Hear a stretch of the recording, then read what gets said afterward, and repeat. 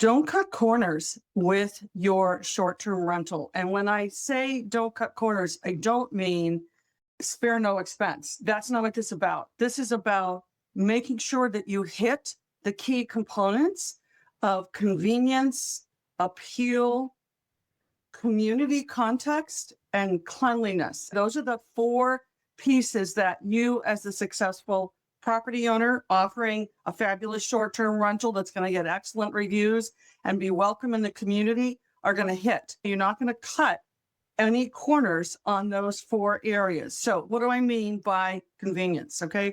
Convenience is about booking. First of all, your guests have to be able to find you. Okay. They need to be able to find you online. We're not talking about any of those outdated mechanisms or things that throw barriers in your path, like having to contact you personally by telephone or paying by PayPal. Love you, PayPal, but not in this context.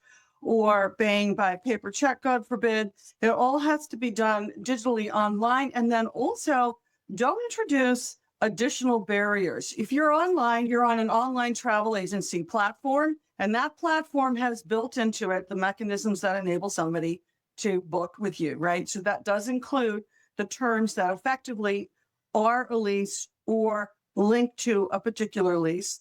Let that be. Don't introduce additional terms that somebody also has to comply with. Like, for example, we recently booked in Florida, and not only did we book through Airbnb, but then the host said, you're not actually confirmed until you also sign this additional agreement. That was a very comprehensive document that was all about protecting her rights, nothing about the tenant. You're trying to reduce friction in the process. So you want to make it convenient and easy for people to book with you. Obviously, the cancellation terms are also disclosed, and they should be very clear for everybody who's not only renting, but also booking. And then the other piece about the convenience is the entire experience when they arrive at your place. So it has to be convenient for them to use your facility. They have to be able to access it. They need to be able to conveniently get inside through whatever locking system you're using. Then they need to be able to enjoy the place. It can't be a mystery where the trash barrel is. It can't be a mystery how to recycle their bottles and cans. It can't be a mystery how to use the range, the oven, the microwave, the shower head, or how to convert the tub to a shower, or where the remote is, or any of the things that enable them to move smoothly and easily through the inside of your property, and also to access the outside amenities of your property. Where are the stairs to the beach? How do I get to the local place? You want to make it easy for them to understand how to access the exterior amenities that they booked your place for. If you're at a national park, how far are you from the entrance to the park? Where's the park headquarters? Where's the local stadium that came to attend my event, or whatever it is that they came here and booked your property for? So you want to make sure that that's included in your welcome notes, and maybe even up front where they understand that before they book, lightly, at least introductory. And then certainly make a digital welcome book for them to be able to access when they've booked and also when they're on site. So they understand how everything works around them, as opposed to putting like little signs that make somebody feel like your voice is present in their space. When they're there, it's their space. Make it convenient for them. It's on you to make that easy. Okay. The other piece about that is also appeal. You want to make sure that the place has curb appeal, right? That was the thing that you covered when you created the images that booked your property in the first place, right? On that listing, you've got fabulous images that enable people to choose your property. But in addition to that, when they arrive, you want to make sure that that is delivered. So that exterior curb appeal, when they come up, they're like, wow, that's amazing. This place looks great. Then they come inside and the place has that visual appeal.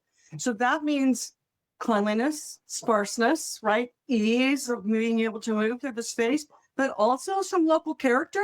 You want to have some appeal. You don't want something to be so generic that it's almost sanitary, because you want the sanitation to be about cleanliness, not appearance. So the place has to have some appeal. In addition to that, it needs to have community context. So we talk about how the appeal relates to the environment, right? The aesthetic of the interior of your property, the exterior of your property. It also is within the context of a community. How does your property fit into that community? And I'm talking about not just for the visitor, but for you as a property owner. What are you contributing to the local community? Because your property is on the ground in the physical place, is it not? So here you are with your little asset where guests come and they have their experience. But outside of that is not just place, but also people. So those people, how are they interacting with your property and by extension with your guests? So do they like you? Do they appreciate what you do? Do they feel like you are interfering with the quality of life of their year-round residency? So you want to make sure that you are aware of what your footprint is in that community and explore ways that you can be a beneficial contributor to that community. I've got more on that topic in the show notes and in other recordings. We'll explore that together as we go forward, but make sure that you are aware and intentional about what your community conscious contribution is to increase the success of your property in this environment long term.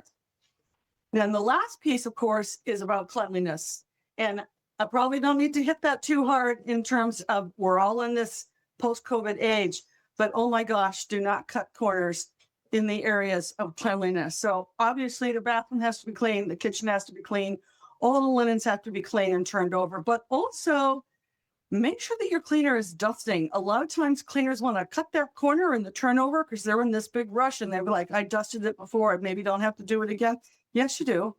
You have to do that. You also need to wipe down the remotes. Everybody touches the remotes. Everybody touches the door handles. Make sure that that's part of your cleanliness protocol. And then pet peeve, have your cleaner clean the grill. It's kind of gross for the next guest to come and find that the previous guest's food is gunked up on the grill. I mean, you can turn the grill on and burn it off, but also ew. And so make sure your cleaner is willing to do that and also to sweep the porch or the deck or the patio. Make sure that they clean that stuff off.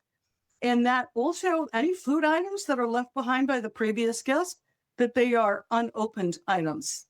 And some people will push that, like maybe a bottle of mustard, that is a squeeze bottle.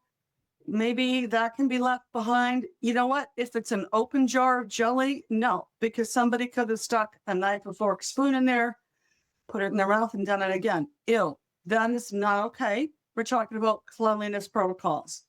So you want everything to be clean. You want the guests to feel clean under their bare feet when they're walking on the floor. And you want cleaners that are willing to comply with that. And the way that you're going to do that is make sure that you acknowledge that they're part of your community, right? They're part of the community that makes your rental successful. So you're going to treat them well. You're going to give them a living wage. You're going to give them a bonus, and you might even go beyond that. But at least baseline, you're going to treat them with the respect that you're asking them to treat you with. And so those are the key components of a successful baseline property offering, right? We're not cutting corners. So you're going to hit convenience, you're going to hit appeal, you're going to hit community consciousness, and you're going to hit cleanliness. Okay? So I've got more in the show notes about ways that you can do that specifically. Join our newsletter so you make sure that you don't lose out on any of those little bits and those tips and pieces, because we've got lots of them to offer. And then we can also guide you for ways that you can contribute to your community so your community contributes to you. Talk soon.